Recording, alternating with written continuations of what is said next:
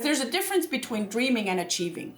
If I will align my habits and time properly with the standards, with the things that I'm pursuing, then everything else in my life will take care of itself. A vision is just something in the future, but when I make up my mind to something, it's going to happen. You being here is a big deal for me. It's a little bit emotional.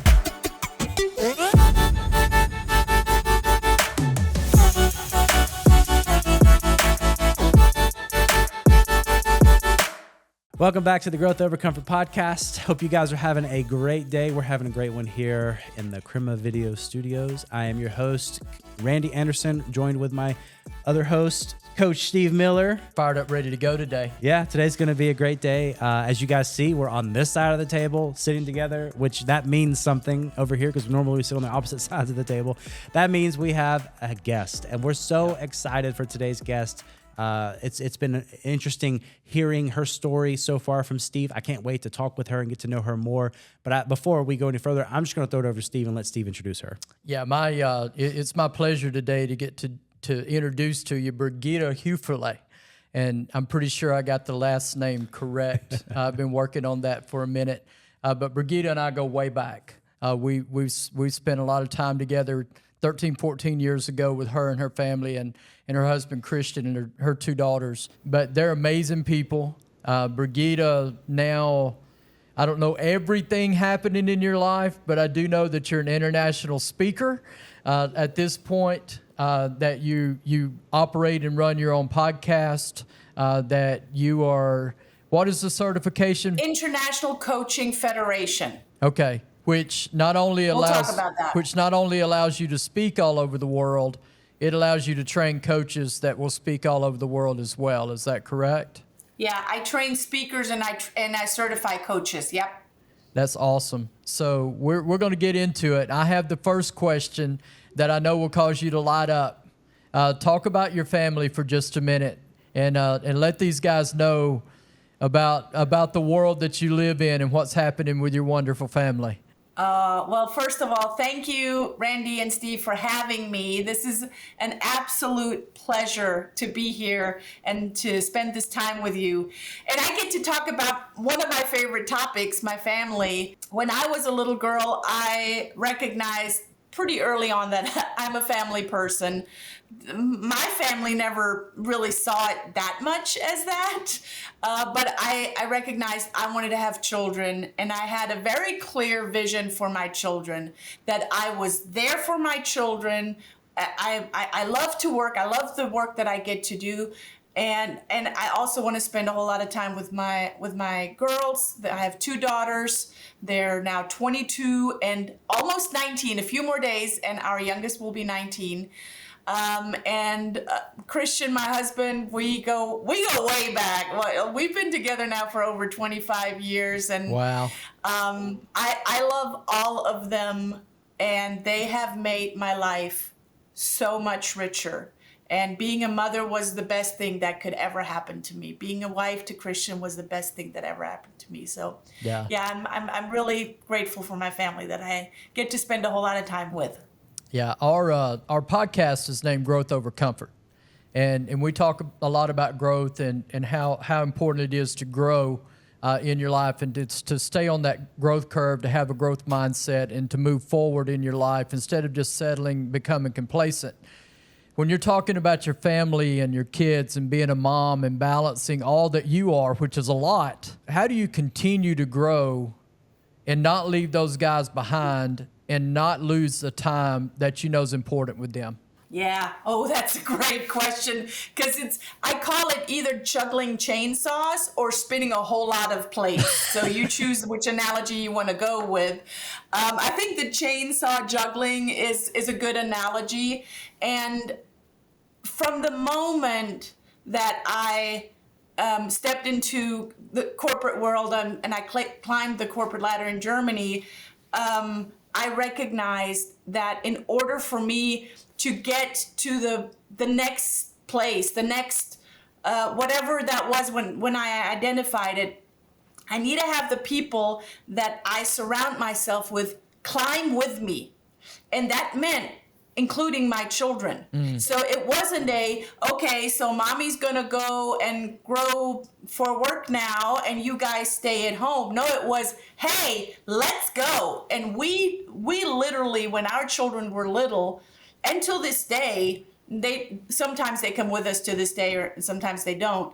But when they were little, they went with us to all of the self-development. They were with us in all of the conferences, and they were just there. And they were part of the growth. And I truly believe that, and it was uncomfortable, okay? I worked a full-time job, which was creating my own business, coming from Germany to the US, building a Montessori school.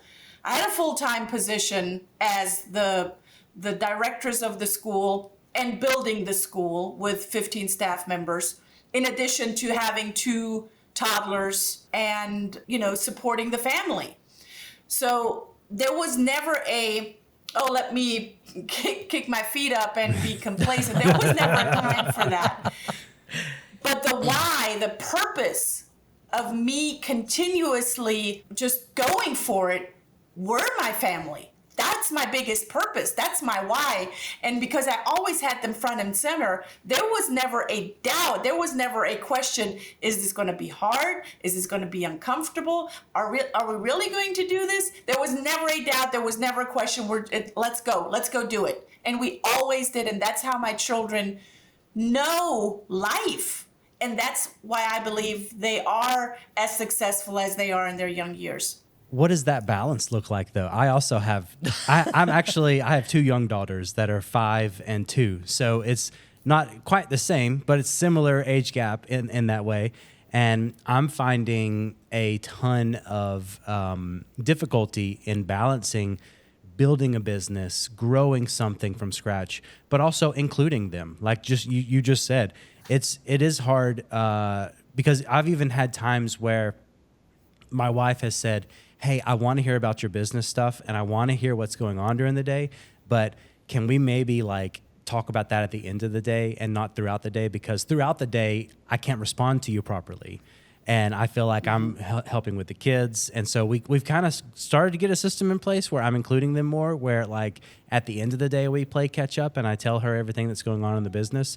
But there's still this whole sense of things are moving and things are going. And even at times where I'm going to have to travel and be without them, but we're trying to find a way to bring them along. Do you have any tips I know you just answered a question about including them and helping them grow, but I'd love to dive deeper into that. Do you have tips to help even with a young family? Because it sounds like you had a ton of things going on and you still still help that family unit stay together. And thank you for that question. That was my end all be all, that they are included and that I have time for them. So I want to offer, if I say a better word, it would be a judgment, but a different word. I like to call it harmony. And there were times where I would pre-frame in the morning if I wouldn't have time to spend with my girls at the end of the day. And I would say, I do that for us. I don't do that for me to be in the limelight or to go to these meetings or to speak on stages or whatever it is I'm doing. I do that for us. And because I had their buy-in from the early stages, there was never a guilt on there was guilt on my part, but there was never a real guilt that I needed to have because everyone knew why we're doing what we're doing. Right. Same for my husband. So we always gave them ownership. We always gave them the backstory of this is what we're going to do. Mom's leaving, dad's leaving, you're going to be here. There were no grandparents. I'm German, my husband's German, they're all at home. Someone called me the other day and said, well, we don't have our family live with us to take care of the kids. And I'm like, yeah, hello, we did that.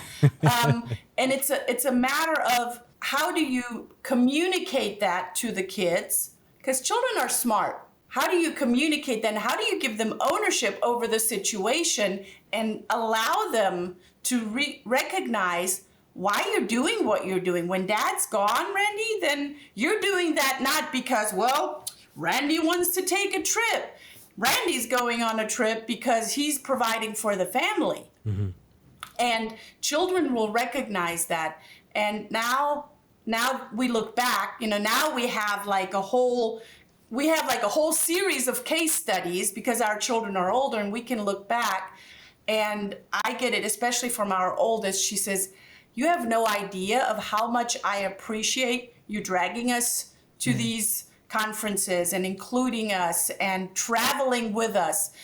The one reason why we homeschooled them during middle school was so we can actually take them to places. Yeah. I think that's the biggest piece of school, to see other cultures, to be immersed, to talk to people that have something to say. All of that is so rich. So the harmony piece is ownership. And when I can make time, I always made time. Mm-hmm.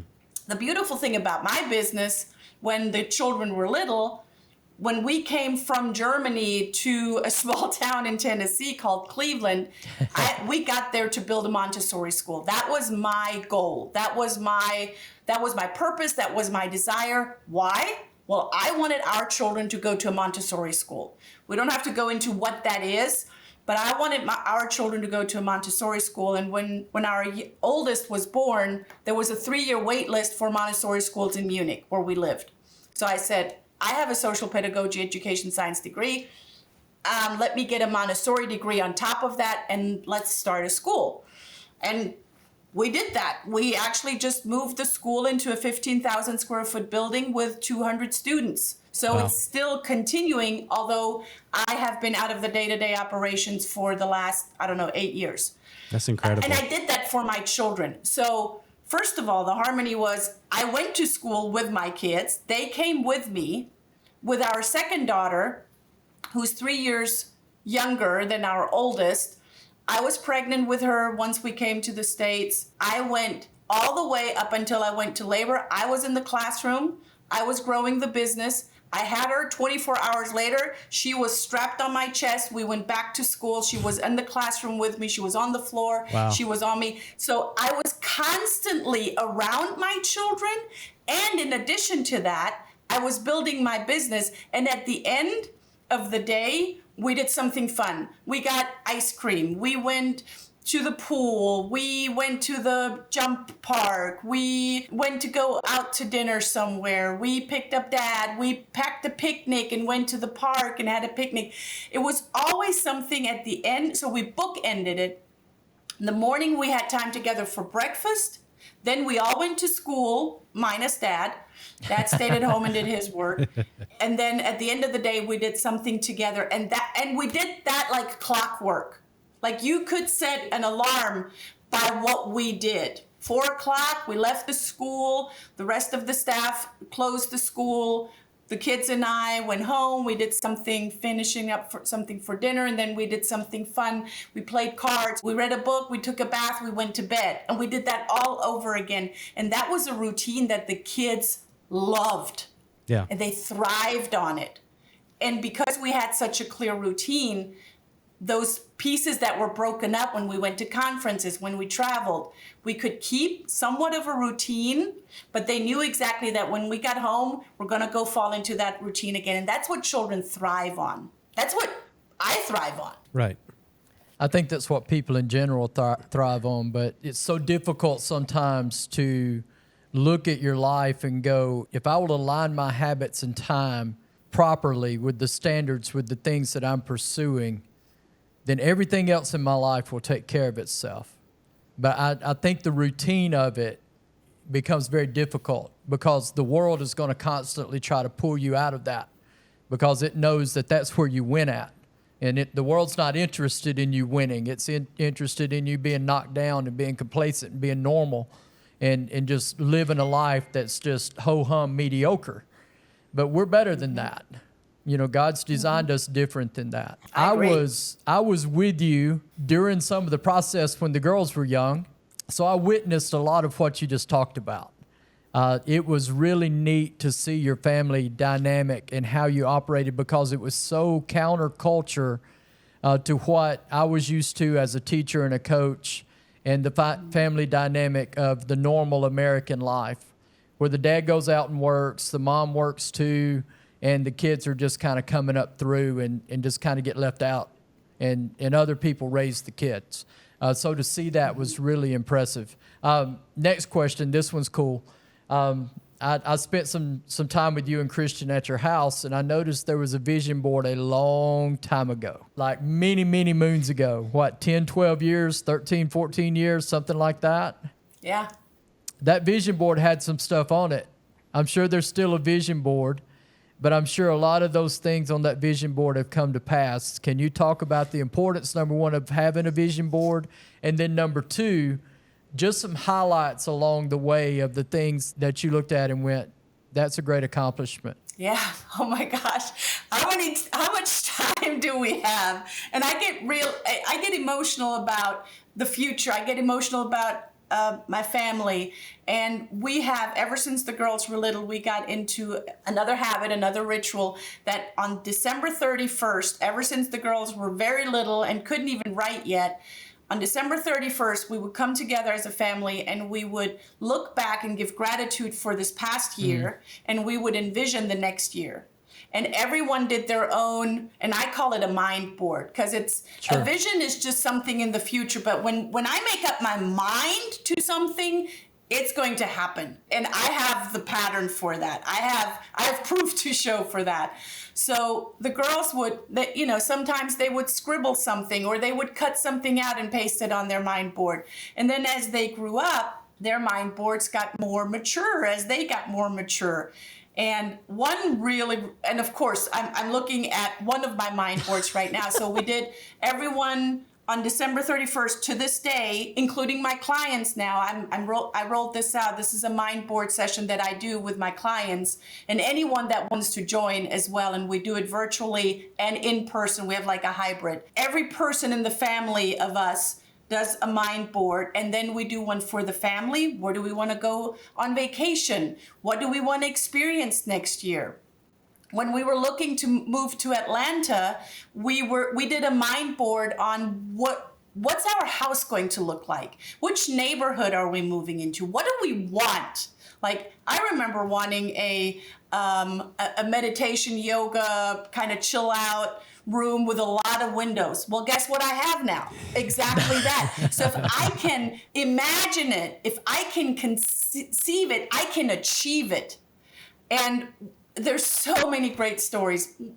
For years, I have been putting Oprah on my mind board, that I'm going to meet Oprah. Well, it's actually Oprah and Tyler Perry. 2 pictures, and they have been on my mind board for several years. Tyler Perry has his studio like 3 minutes from here, from our training center. I haven't met Tyler yet, but I've met Oprah. And Oprah literally walked in Las Vegas at a conference that I spoke at and chose the seat right beside me. And I did a double take, and I remember my children's voices in my ears. Don't fangirl. Whenever you meet someone, don't fangirl, don't fangirl. I'm just hearing, don't fangirl, don't fangirl, don't fangirl, don't fangirl. Anyway, so I met Oprah. I believe in the attraction when I can visualize it, when I can see, when I can make up my mind, I can do it. In 2019, and I have all of our mind boards. Behind this bookshelf are all of the mind boards from the last decades wrapped up. I keep each and every one of them. And sometimes we take them out and we look at them, especially from one year, going from one year to the next, and give gratitude of all the things that we've accomplished. In 2019, Amelie, our oldest, looked at her mind board going into 2020, and she's like, check, check, check. There were things on there that she dreamed so big. One of them was work on an E21 production. That was so far out there for her as an actress, and she put it down. And then she wrote down, be connected to the really cool independent actors, not necessarily in LA. And she has entered that arena so effortless. You hear it in my voice. I get so excited and emotional around that topic because it's so powerful. I have so many more stories. Well, let me ask, because I've also played around with vision boards and have dreams and things of that nature, and I have those saved. But I will say, like, they're not in a very prominent location where I see them every day. So maybe, let me ask you this. If someone was wanting to get into creating a mind board and starting that process today and not waiting till December to do it, what would be the easiest route for someone to take? Okay, so first of all, get yourself some flip chart paper or a poster and start writing out whatever comes up. What is it that you want? Start writing it out. Some people offer, like, you can do a vision board online or on Pinterest. It's not the same. The hand, as an educator, the hand is connected to the heart and the hand is connected to the brain. And everything that we do in a tangible way has a whole different energy around it than if I just take a mouse click and move one thing to another. So cutting out, writing out, the hand, as we form letters, is connected to create something. There is that big piece of creating it into existence. So board, markers, maybe some magazines, cut some stuff out. It's not one or the other. It's not just cutting stuff out. It is writing out what comes up. What is it that you truly desire? And for what purpose do you desire it? And then arrange it. There's no right or wrong to arrange it on a piece of paper. Leave some areas, leave some white space, because there will be areas that you want to improve, that you want to grow in, that comes up over time, that you might want to add onto your mind board as well. But it's, don't overthink it, but then post it somewhere where you can see it. I also have mine as a picture on my screensaver on my phone, that anytime I open my phone, I see it. I am connected. I am so connected to not just what I'm dreaming, it is what I'm achieving. Because there's a difference between dreaming and achieving. Yeah. It's the action piece of that, I think, comes into play. And you exemplify that more than anybody I've ever met. Because, over our time that we were spending, time together with you and your family, and we're working, growing a different business, doing some different things, I noticed that you were an action person. You didn't talk about it, you actually did it. So there's an immense amount of growth in mentally seeing something and then mentally seeing that through to conclusion. Because what I've experienced over the last couple of years is there's some lonely times in that. There's some emotional times in that. There's some inner fighting with your old self, because you have to literally move from one level to another to achieve some of those things. Talk about some of that growth that takes place once you mentally have it and you know that you're going to take the actions for it. What is the process to move from, I have it on my board, I'm going to take mental and put it in here, and then where's the emotion, the action, the heartache, I'm not sure I'm going to make it. Give me that growth curve, if you don't mind. Yeah, absolutely. So there's I see success comes in patterns, right? Tony Robbins says success leaves clues. I say success comes in patterns. And one of the patterns is thoughts lead to feelings, feelings lead to actions, actions lead to results. I'm pretty sure you all heard that. Now, when I put something on my mind board, and I'll tell you one thing that I've posted on my mind board for a pretty long time, I would say probably a pretty good 3 years in a row in the past.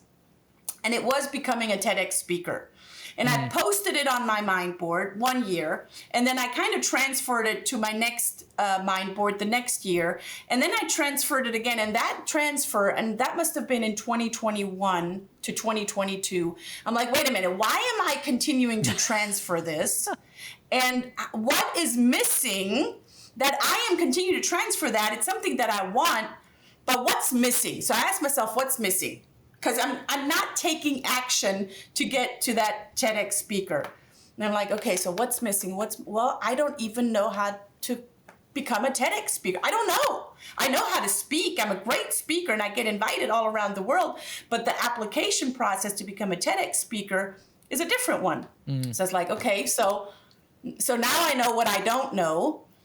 I need a TEDx coach. And I just wrote underneath the TEDx, becoming a TEDx speaker, I wrote TEDx coach. So now I knew what I needed to look out for. And I went to a networking event. You can't make this stuff up. I went to an online networking event. This was in early 2022. Is that right? Yeah, early 2022. Must have been January 2022. Everything was still, a lot of online stuff. And this networking event was really unique, and they put us in like breakthrough rooms. And I was in a breakthrough room with a person, and we got to know each other for like 4 minutes or so. And I asked her, what do you do? And you can't make stuff up. She goes, I'm a TEDx coach. And I'm like, are you really? Are you kidding me right now? I've been looking for you. That's incredible. And wow. so I built a relationship with her. She helped me, go through the process. And then in October of 2022, I spoke in Frankfurt, Germany on a TEDx stage to over 450 people. That's awesome. Wow. That's incredible. So how is it transferred from the board into action is how bad do you want it? Do you want it at all? I have people that come to me with their old mind boards or their old vision boards, and they have a jet on there. And I'm like, okay, so tell me about the jet. And they're like, well, it's nice to have a jet. And I say, yeah, for what purpose? Well, it's nice to have a jet. And I say, yes, but for what purpose is it nice to have a jet? Well, now that you ask me that way, I don't know. And then often it's around, I have the money to buy a jet. And I say, yeah, but for what purpose? And then often we get to a place of, well, if I have a jet, I can actually fly to places and help people. Aha, okay, so you want to help people. Could you do better with more money, not buying a jet, but other things? Oh yeah, but what would that be? Now we're getting, what is it that you truly want? Right. And we're getting clearer on the things that we want to cause into reality. Because often we might want the money for the jet or the money for the yacht, but do we really want it? Or what is it that we really want? Right. And getting that specificity, getting to that point, that's powerful. Because then when you're clear, then the next steps become a lot easier. Do you think, because I was talking with Coach Steve before we jumped on just about your background and everything you've done, all your amazing accomplishments and the people that you've helped. Do you think, what do you think is the main issue you've found with people who run companies or people who work with others? What do you think the issue is in them achieving their dreams like that? Like, for instance, you just said that this guy wanted a jet, but in reality, he didn't know that it's not even the jet that he wanted. It's just the ability to help people. Do you think that's the main thing is people don't know what they want? Or is there some other issue that comes to mind that stops people and prevents them from being all that they need to be? Well, one thing that we didn't address earlier was when you're dialed into what you want to create and what you're going after is how do you overcome challenges? Because they're all along the way. Having kids, Randy, Steve, building a business, there's challenges right around the corner.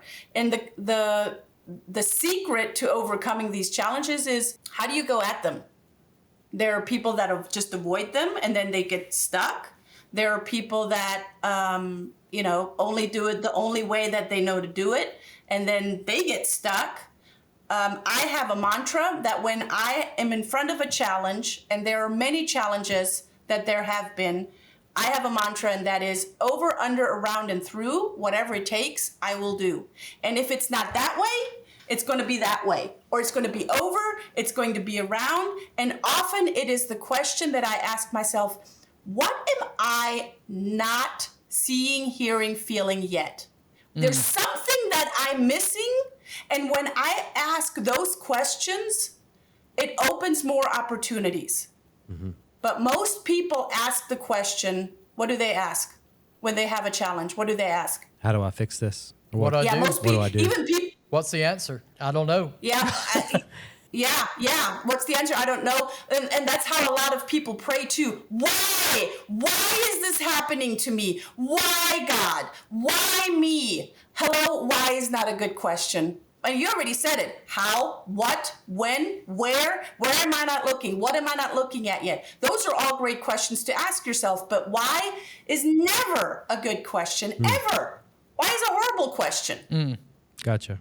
Yeah. All right, real quick, let's talk about some things coming up. You're about to be in Dallas. Tell us the story Yes. of how you're speaking at Dallas. for, you said the fourth time. Give us the magic. I mean, there's secrets to getting in touch with people and networking and all of that, but it's not always that way. So how did you end up in Dallas? So Dallas, this is the fourth time I speak for that, I'm going to call him promoter, the owner of that conference. Okay. And his name is Dr. Joseph Nantumais from Nigeria.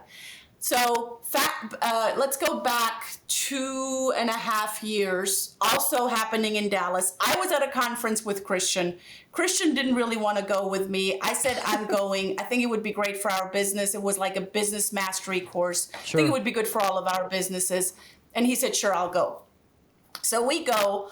We're in there. It was 2 days, 3 days. I can't remember. Let's go with 2 days. I go and quickly get a Starbucks coffee in the lobby in the conference center. And I'm standing in line. There were like 3 people in the Starbucks. And this guy comes in behind me, and he looks like, really dapper, nice jacket. He just comes across as very put together. Sure. And he walks in and he has a presence around him. And I see him and I acknowledge him and I say, well, don't you just look so fine and dandy? And we got to talking. And I ended up buying, I said to the lady, whatever he's having, put it on my credit card. I'll buy you coffee. And he then looks at me and he goes, no one has ever bought me coffee. So we hang out in the lobby, we talk a little bit, and I ask him, what is it that you do? And then he asks me what he does.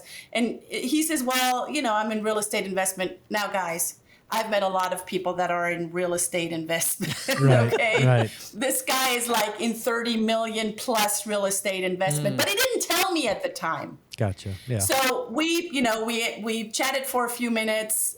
We went back into the conference. We were in the same conference. We hung out. He did a little Facebook Live with me because he really liked what I said. And we built a relationship. He calls me up a few months later and he says, hey, I have a group of people that we come together every Saturday. I want you to speak to them. Would you be up for it? And what's your rate? And I said, sure. What do you want me to speak on? Well, communication, I think what you're teaching is really, really powerful. Would you do that? I said, yeah, sure. So we did that. Then he calls me back a few weeks later and he goes, we're going to have our first big conference in Las Vegas. I said, how many people are going to be there? And he goes, about 5,000. And I'm like, the Times guys of 5,000 people in conferences, they have long passed. So I took it with a grain of salt. Sure. Called him back and I said, are you sure you're going to have 5,000? He goes, yeah, probably more like 500. And I said, okay, that's more like it. So I say yes. I send him my rate. We have an agreement. He books my hotel. He books my flight. I get there. I was there for the full 3 days. I supported him. Sure. I gave him some tips. That was the day when Oprah decided to walk in and sit right beside me. Wow. If I would have done it like all of the other speakers that just came to speak and left, I would have completely missed out on the opportunity to have a word with Oprah and have a picture with Oprah and her holding my arm and going, thank you for sitting beside me. Wow. That's what she said. Or letting me sit beside you. That's what she said. I would have missed all of that. And there were several speakers that called Joseph up and said, hey, how many people are you going to have at your event? And he goes, well, we thought we're going to have 500. We're going to have a lot less. And they're like, yeah, then we're out. Guess what? Same speakers came back to Joseph and said, why didn't you tell me that Oprah's here? Sorry, guys. If you don't show up, you've already made up your mind. You already made a choice. Right.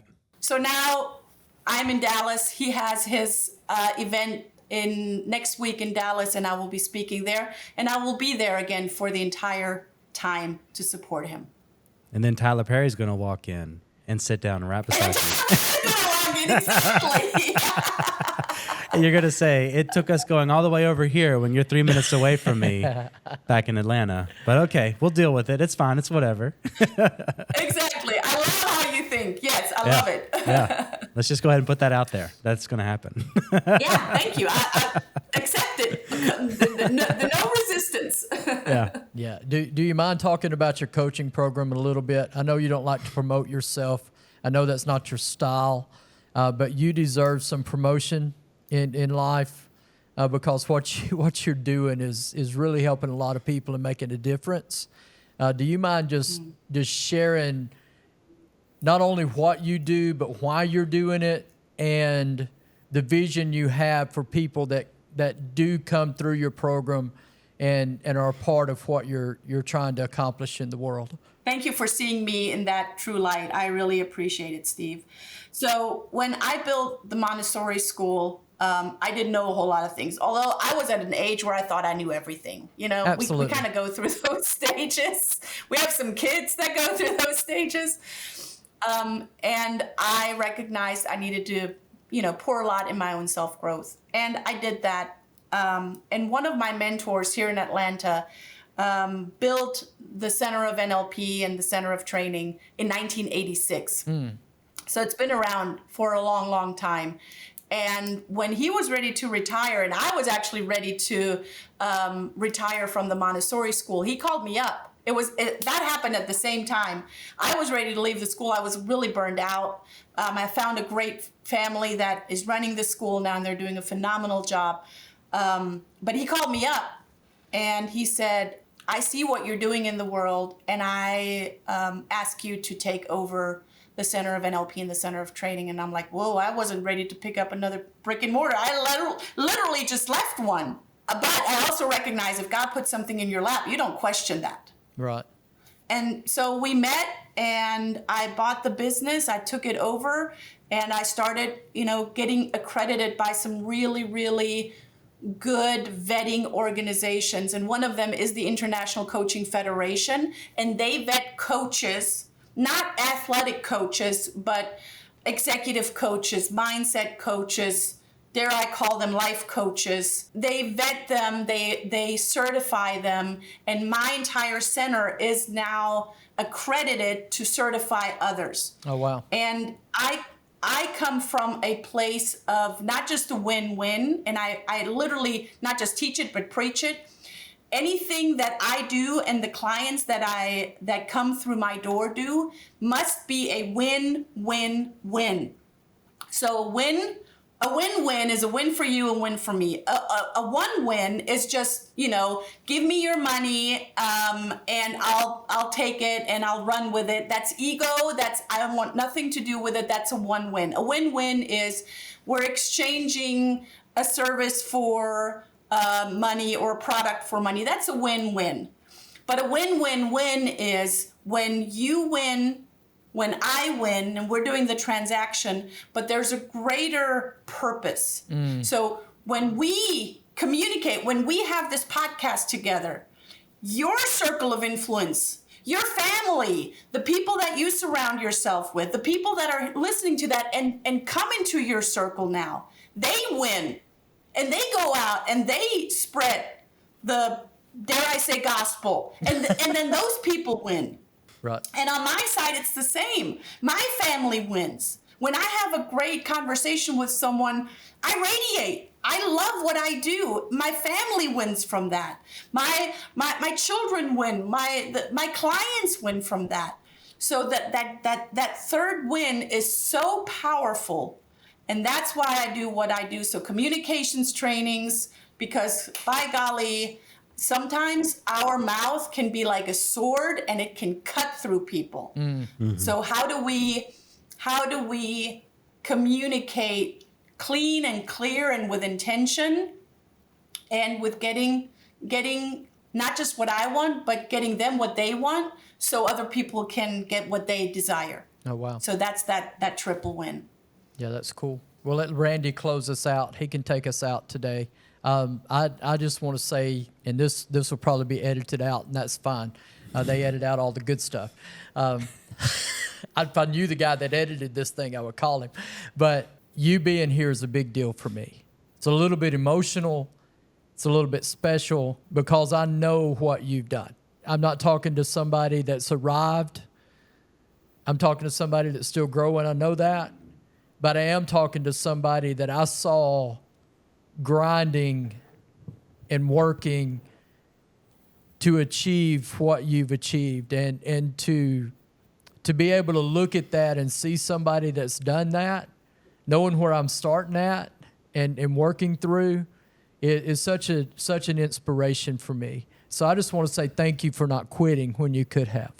Thank you. That's not part of my vocabulary, quitting. I know that. And yours either. No, it's not at all. No, we get after it. You know that.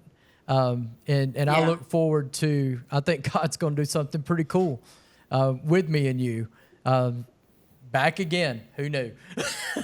So anyway, I'll let Randy if he wants to ask a question, he can, but if he wants to close us out, he can. But thank you so much, Brigitta. I wanted to ask, where's the best place for people to connect with you? Is that Instagram? Do you have a website that you want to direct people to? Because we're going to put all that down in the links down below. But I just wanted to ask real quick, what's the best way that people connect to you and maybe take the next step? Yeah, absolutely. So there's very simple and maybe not so simple, but you have my name written out. So if you Google my name, Brigitta Hoeferle, I can truly say without sounding conceited, there is only one Brigitta Hoeferle out there. So if you Google me, that's the only thing that you're going to find, okay? And you will also recognize her. Yes. So Brigitta Hoeferle, BrigittaHoeferle.com is my website. You also find the mind boarding on the Brigitta Hoeferle website. Brigitta@Hoeferle.com is my email. On all social media, it's Brigitta Hoeferle.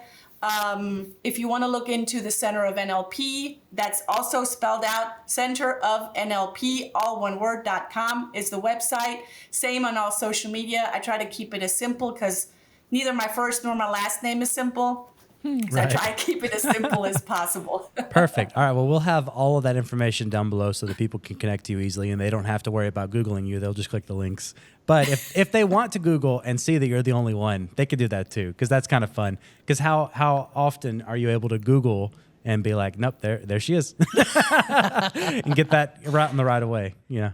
You know, Dallas, one last quick story. When I was in Dallas last year and I was going through Whole Foods to get some bubbly water and some bananas and stuff, and I was walking down the aisle in Whole Foods, and someone from the back of the aisle said, Brigitta? And I'm like, huh? I'm in Dallas. I don't know a lot of people in Dallas, but it was someone that I met in LA at a different conference, and she recognized me from the back by my hair. That's so amazing. good. How about that? And I love that. Those little connections that happen online end up coming together in person. Like, that's amazing. How cool. Well, thank you so much for being with us today on the Growth Over Comfort podcast. And thank you guys for watching. Hope you guys choose growth, and we'll talk to you guys next time.